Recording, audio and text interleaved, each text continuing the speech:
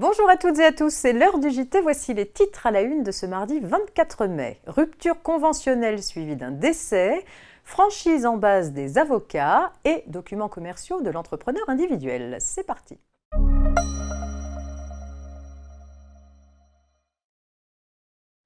Et c'est donc l'actualité sociale qui ouvre ce JT.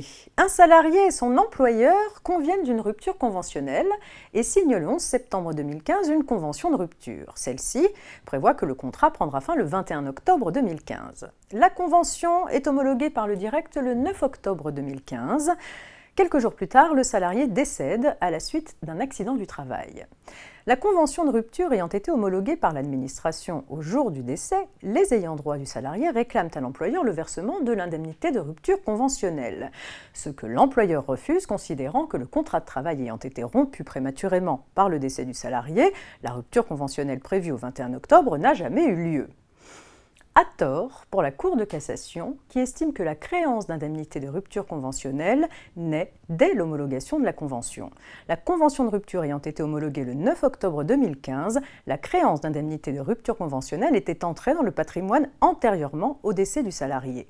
Les ayants droit du salarié étaient donc fondés à en réclamer le paiement.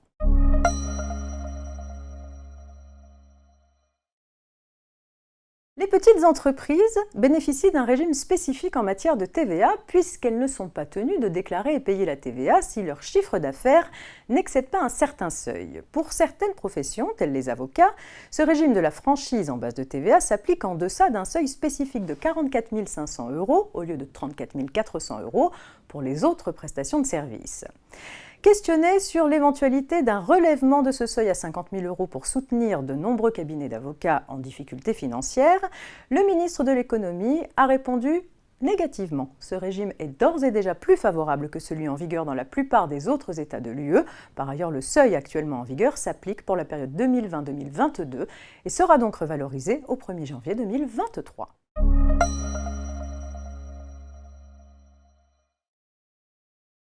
La récente réforme du statut de l'entrepreneur individuel est entrée en vigueur le 15 mai dernier. Depuis cette date, de nouvelles mentions actualisées doivent figurer sur les documents et correspondances que l'entrepreneur individuel utilise pour l'exercice de son activité professionnelle. Ainsi, la facture d'un entrepreneur individuel doit mentionner la dénomination utilisée pour l'exercice de l'activité professionnelle, incorporant son nom ou nom d'usage, précédé ou suivi immédiatement des mots entrepreneur individuel ou des initiales EI.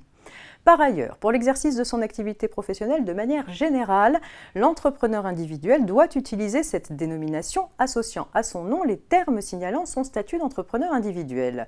Chaque compte bancaire dédié à l'activité professionnelle ouvert par l'entrepreneur individuel doit aussi contenir la même dénomination dans son intitulé. À noter enfin que la première utilisation de la dénomination vaut date déclarée de début d'activité en l'absence d'immatriculation, soit parce que l'entreprise n'y est pas soumise, soit parce que son immatriculation intervient après. C'est tout pour aujourd'hui. Très bonne journée et à demain, mercredi.